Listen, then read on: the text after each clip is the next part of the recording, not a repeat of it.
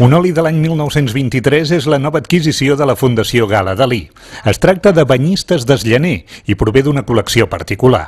Des de l'any 91 la Fundació ha incorporat al seu fons més de 300 peces que tenen un valor actual de més de 30 milions d'euros.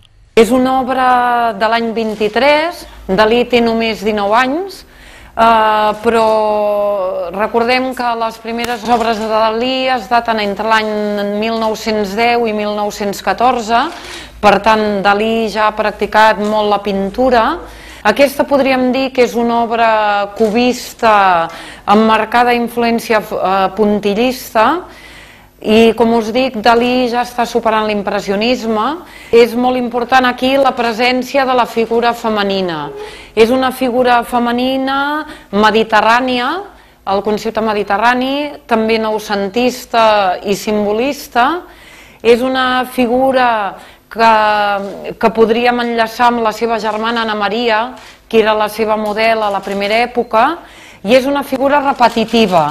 És una figura que anem veient, a més ens dona tota la idea molt harmoniosa de moviment, les pinzellades són molt precises. A principi de la dècada dels 70, Dalí parlava així d'aquesta obra.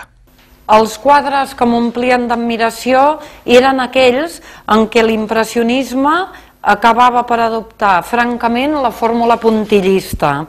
La juxtaposició sistemàtica del taronja i el violeta creava en mi una mena d'il·lusió i d'alegria sentimental semblant a la que em proporcionaven les coses vistes a través d'un prisma i acolorides per l'arc de Sant Martí. L'obra es podrà veure a la sala de les peixateries del Teatre Museu Dalí de Figueres de forma permanent a partir d'aquest mes d'agost.